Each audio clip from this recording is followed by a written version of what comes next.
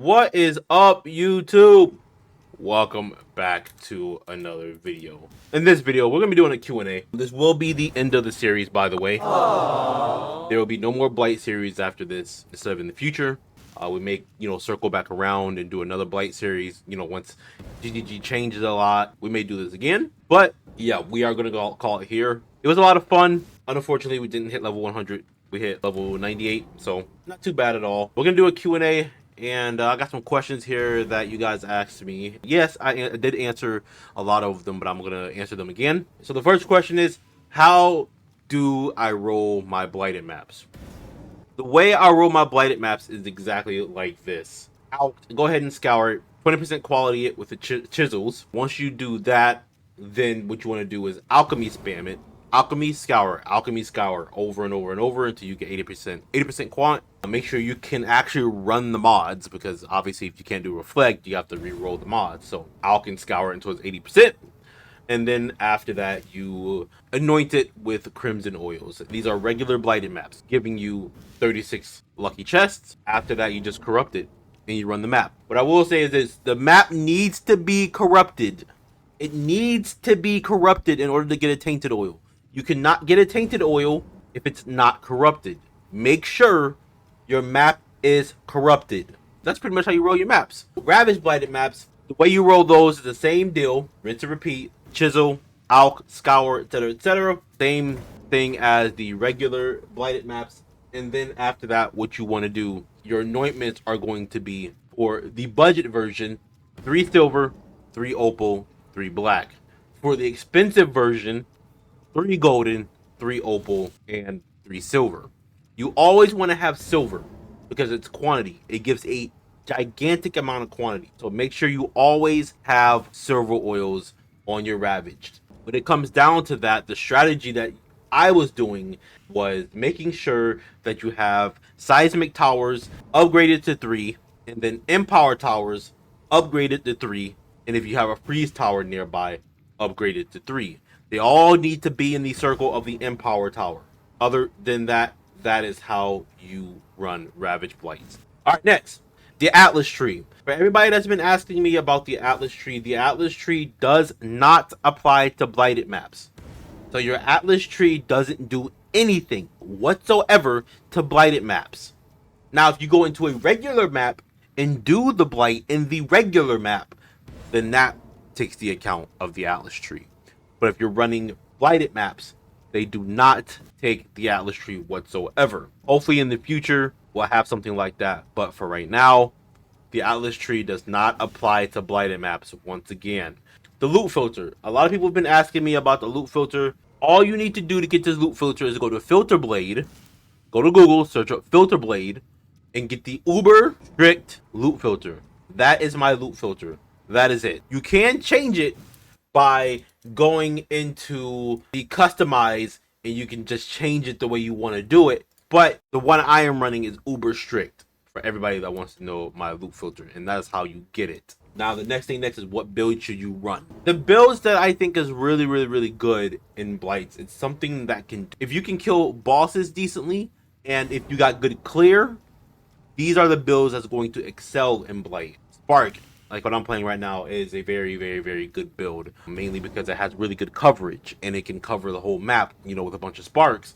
And then when it comes down to boss DPS with enough investment, you can, pretty much kill bosses at a pretty good level. So if you don't have a good clear build, then you're going to get rushed down by the small mob. If you don't have a good bossing build, then obviously the boss is going to rush down and smack the tower. And the boss will do a gigantic amount of damage to the tower versus the small one. Now, that being said, I really don't know a lot of builds. If you play things like, obviously, Spark or DD is broken all around, but it is a pretty good build. Cremation is a really good build, but it's very expensive. These type of builds are really going to excel at doing things like Blight. There's a bunch of other builds that I can't really think off the top of my head, but if you have a good build for Blight and things like that for people, make sure you comment down in the comment section. Now, the loot per hour. I want to talk about the loot per hour of these Blights.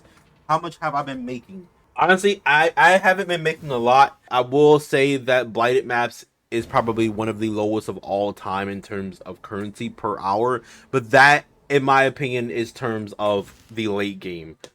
Late game blights, in my opinion, really don't make them much at all. Early game, there's a lot of stuff that you can sell early game out of blights that you know will make a ton of profit off. I got a lot of alchemies, I got a lot of chisels, I got a lot of scours. Each one of these items, I pretty much have over 1,000 of each one of these. That is a lot of currency early. Even like orb of annulment, alterations. It's a bunch of small stuff that adds up that you can sell pretty much passively. It can make you a lot of money early in the league. How many maps did I run to, you know, really max out that loot per hour?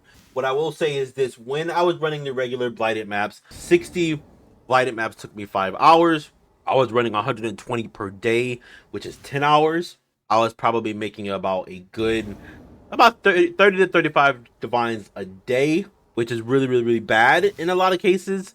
But yeah, that is how much I was making from regular blights, and you guys did see me get the apothecaries, which is about, you know, 16 to 17 divines. At that current time, I was getting 2 per day, so I was probably making about 3 to 5 divines per hour.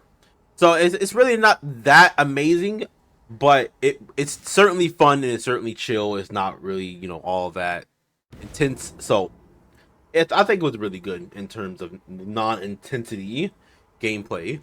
Now, Ravage Blights is a whole different deal. Ravage Blights, I think I was making a little bit more than the regular Blights. This was a league start scenario, and if I could do Ravage Blights, which in reality, you really can't. It's really hard to do Ravage Blights early in the league without a good investment build, because the bosses are really tanky. But I was pretty much pulling in, I think I was probably pulling in about maybe 5 to 6 divines an hour off of Ravage Blights. And that was off of me doing 3 opal, 3 silver, 3 black. Golden was in there. It would probably be significantly higher, but with golden oils being so expensive, about 85 chaos a piece currently, it's just really not worth it. You know, whenever I did get the golden oils, I just used them as I got them and just ran them as I got them in these maps. That is how much I made per hour, and that's how many maps I ran per hour. Oh, and by the way, Ravage Blights, I ran about 30 to 40 maps, Ravage Blights a day, I can say. The ring annoint that I use right now is your meteor towers create burning ground for 3 seconds on hit. The reason why I'm using this is because the burning ground actually ignores the immunity for the meteor immunity towers, and then on top of that, the burning ground will help you take out proximity shields, which is extremely good in these cases, because there's a lot of cases where mobs will get stuck inside of a proximity shield, and you will need the burning ground to go inside of the proximity shield to be able to take them out, or you'll go in and just completely die because there's a bunch of mobs stacked in together. So that was one of the reasons I ran this anointment. Now, the problem with this is usually you can have 2 anoints. In this case, I couldn't because I'm using Kalandra's Touch. With Kalandra's Touch, you cannot anoint another enchant at all. It will literally copy your other enchant, which is my Meteor's Crate burning off for 3 seconds on hit.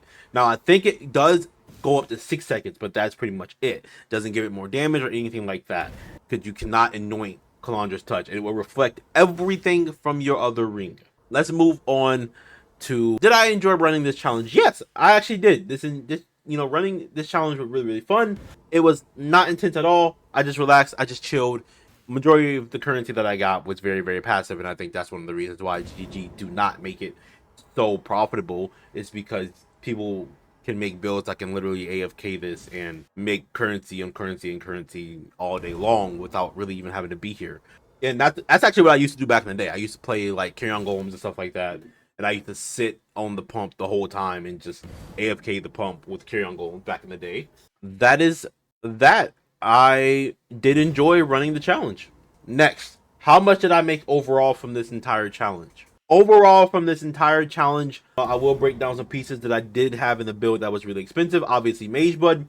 Mage Blood was really expensive. I had the Awakened Spell Echo, the Forbidden Flesh, the Forbidden Flame.